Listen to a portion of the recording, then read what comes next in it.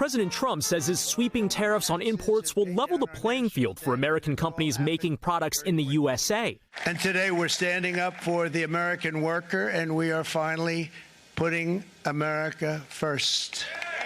But for American consumers, it could mean higher prices on some of the most well-known brands that make their products overseas, if they pass the cost of the tariff on to their customers.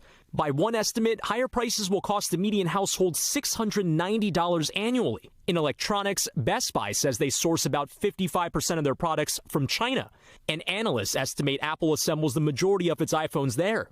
In apparel, Nike made half its footwear last year in Vietnam, where Adidas also sourced the largest share of its goods. Tariffs impacting furniture, too. Wayfair says its products come from China and 5 Southeast Asian countries facing tariffs. And one of the bigger categories that could get hit, toys. Tonka Steel Classics. Basic Fun, maker of Care Bears and Tonka trucks, says a majority of their products are made in China. A $29.99 Tonka Mighty Dump Truck, which is our classic, one of our most classic items, that will be a $39.99 Tonka truck this Christmas. There's no other way around it. Basic Fun saying there are no factories in the U.S. that can make what they sell. And there's no production here in the United States to shift to. But in Ohio, the CEO of toy maker Simplay 3 tells us he supports the tariffs.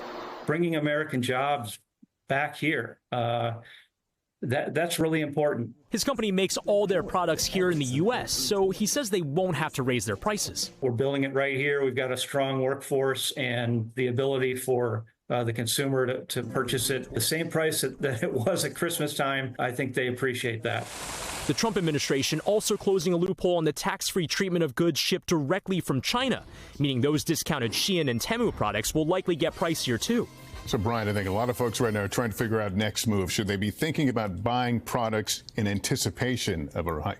Yeah, Lester, industry groups estimate that for imported smartphones and laptops, prices could rise by as much as $200 to $300 per unit. And for imported cars, they could rise by as much as $15,000. So for those categories, buying sooner rather than later might not be the worst idea. Although don't panic buy, only buy what you need, Lester. All right, Brian. Thanks for watching. Stay updated about breaking news and top stories on the NBC News app or follow us on social media.